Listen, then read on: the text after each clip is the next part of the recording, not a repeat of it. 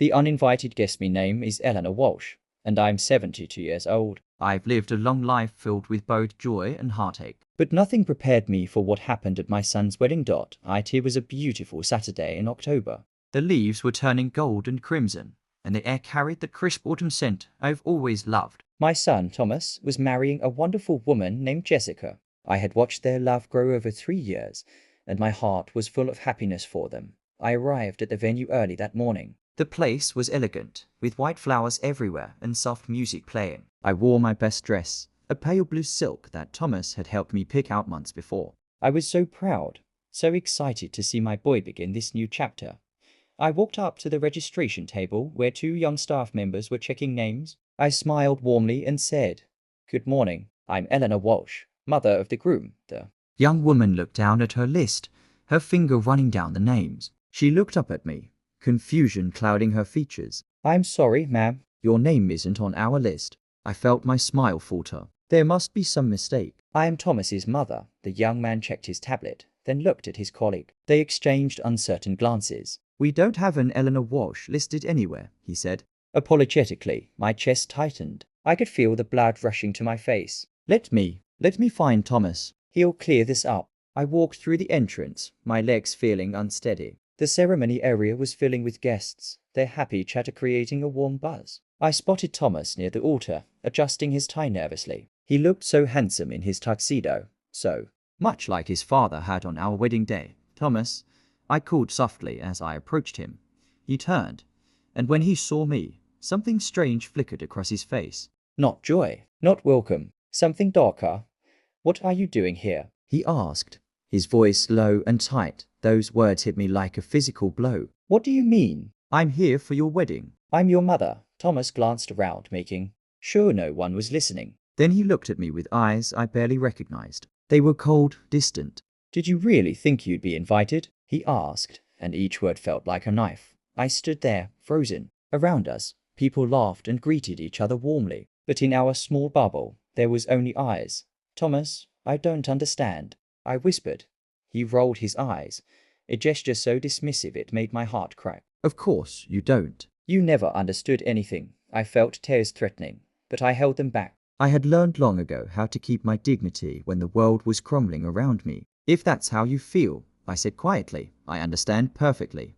I turned and walked away, my head held high even though inside I was breaking into 1,000 pieces. I could feel eyes on me as I left, curious glances from guests who must have wondered who I was and why I was leaving so early. I drove home in a daze, my hands trembling on the steering wheel. When I reached my small house, I sat in my car for a long time, trying to make sense of what had just happened. But then, as I sat there, something changed inside me. The hurt began to transform into something else. Clarity. I went inside and made myself a cup of tea, my ritual for thinking through problems. As I sat at my kitchen table, I pulled out my phone and stared at it for a long moment. Then I made a decision. I scrolled through my contacts until I found a number I hadn't called in 5 years. My finger hovered over it for just a moment before I pressed dial. "Hello," came a woman's voice, uncertain and surprised. "Linda," I said calmly. "This is Eleanor." I think it's time Thomas knew the truth about his father. There was a sharp intake of breath on the other end. "Eleanor, please." After all these years, I interrupted gently but firmly.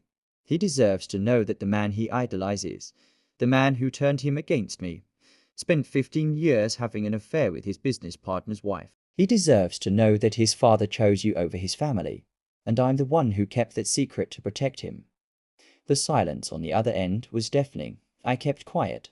I continued, my voice steady now, because I didn't want Thomas to lose respect for his father.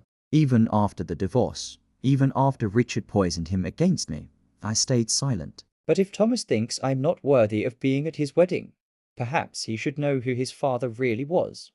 What are you going to do?" Linda asked, her voice barely a whisper. "I'm going to tell him the truth. All of it. The affairs, the lies, the money Richard hid from me during the divorce. Everything." Just then, my phone buzzed. Thomas was calling on the other line. "I have to go," I said to Linda. "But I think you should prepare yourself. The truth has been waiting long enough." I switched to Thomas's call. "MOM," his voice came through, and now I could Hear panic in it. MOM. Where are you? I'm home, Thomas. The ceremony. Your phone rang during the vows. It was so loud. Everyone heard it. My phone. I forgot to turn it off, and it was in my jacket pocket. And he was rambling. Stressed. But I wasn't thinking about the phone. I was thinking about timing, about fate, about the universe's strange sense of justice. I'm sorry that happened, Thomas, I said quietly. But I think we need to talk. Really talk. About your father. About why I wasn't invited to your wedding. About a lot of things. There was a pause. What do you mean about Dad? Come see me tomorrow, I said. Come alone. It's time you knew the whole story. Not just the version your father told you.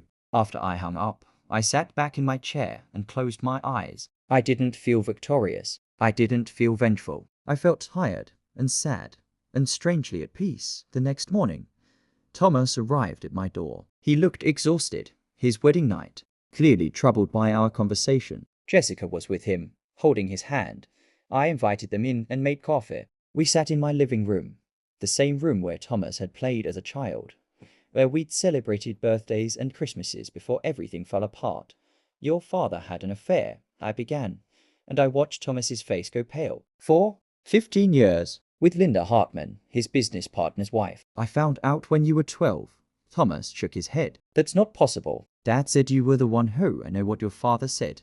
I interrupted gently. He told you I was cold, that I drove him away, that I was difficult and unloving. And maybe I was, in some ways. Marriage is complicated, Thomas. But I never betrayed him. I never lied to him. And when I discovered the truth, I stayed silent. For your sake, I pulled out a box I'd kept hidden for years. Inside were letters, photographs, bank statements showing money Richard had funneled to Linda. Evidence I had gathered but never used. I could have destroyed him in the divorce, I said, spreading the papers on the coffee table. But you loved your father. You worshipped him. I couldn't take that away from you, even if it meant you'd hate me instead. Thomas picked up one of the letters, reading his father's words of love to another woman. I watched his hands shake. After the divorce, your father told you stories about me. He blamed me for everything, and you believed him because I never defended myself. I never told you the truth because I thought protecting your relationship with your father was more important than protecting mine with you. Jessica reached over and touched my hand. Mrs. Walsh, she said softly, why didn't you ever say anything? Because I'm his mother, I said simply. And mothers protect their children, even when it costs them everything. Thomas was crying now, silent tears running down his face. I called you cold, he whispered. I blamed you for the divorce. I've barely spoken to you for years. And all this time I loved you, I said. I never stopped loving you, Thomas. Even when you hurt me, even when you excluded me from the most important day of your life, I loved you. He stood up suddenly and wrapped his arms around me, holding me tight like he used to when he was a little boy. I'm so sorry, M.O.M. I'm so sorry. We stood there for a long time, healing slowly, carefully, the way broken things heal when they're given enough time and love. The phone call during his ceremony had been an accident, a cosmic coincidence, but it had cracked open a door that needed opening. Sometimes revenge isn't about hurting someone back. Sometimes it's about finally telling the truth. In the weeks that followed, Thomas and I rebuilt our relationship slowly. We talked about his father honestly, about the good and the bad. We talked about pain and forgiveness and the complicated nature of love. And one day, 3 months later, Thomas and Jessica held a small ceremony in my garden. Just family and close friends. And this time, I stood beside my son as he renewed his vows. Tears of joy running down my face. Life is full of betrayals and heartaches. But it's also full of second chances. Of truth finally spoken, of love that endures even when tested beyond measure. My name is Eleanor Walsh. I am 72 years old, and I've learned that sometimes the bravest thing you can do is hold your peace. But there comes a time when silence serves no one, when the truth, however painful, is the only path to healing. That day at Thomas's wedding, standing uninvited and unwelcome, I could have stayed broken. Instead, I chose truth, and truth, in its own way, set us both free.